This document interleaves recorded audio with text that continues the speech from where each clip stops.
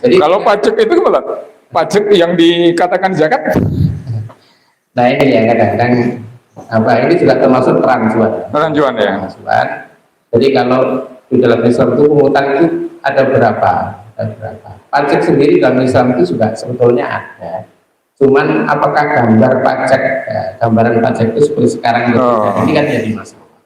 Nah, termasuk pungutan-pungutan ini kadang-kadang sering digeneralisir, termasuk zakat. Jadi kalau sekarang itu kan yang terjadi kadang-kadang ketika orang itu mengatasnamakan Islam, itu akhirnya kemudian bukan menerapkan Islam, tetapi menjadikan Islam itu sebagai alat untuk kepentingan politik. Jadi, alat berarti ya, Pak? Bukan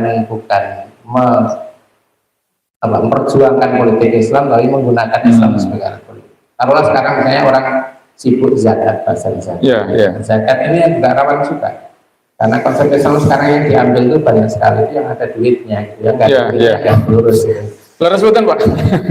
Jadi kalau yang nggak ada duitnya nggak lurus. Mungkin begini. Jadi kalau kita bicara politik Islam, Islam itu tidak dipisahkan dengan urusan politik, karena hadisnya cukup jelas.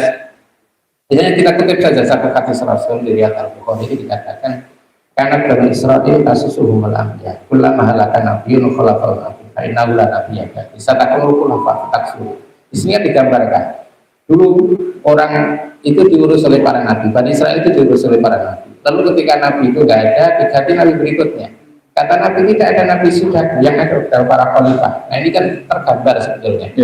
Berarti Rasul itu posisinya ada dua, sebagai nabi dan sebagai pelayan umat, riayah umat, atau dalam bahasa kita sebagai pemimpin politik.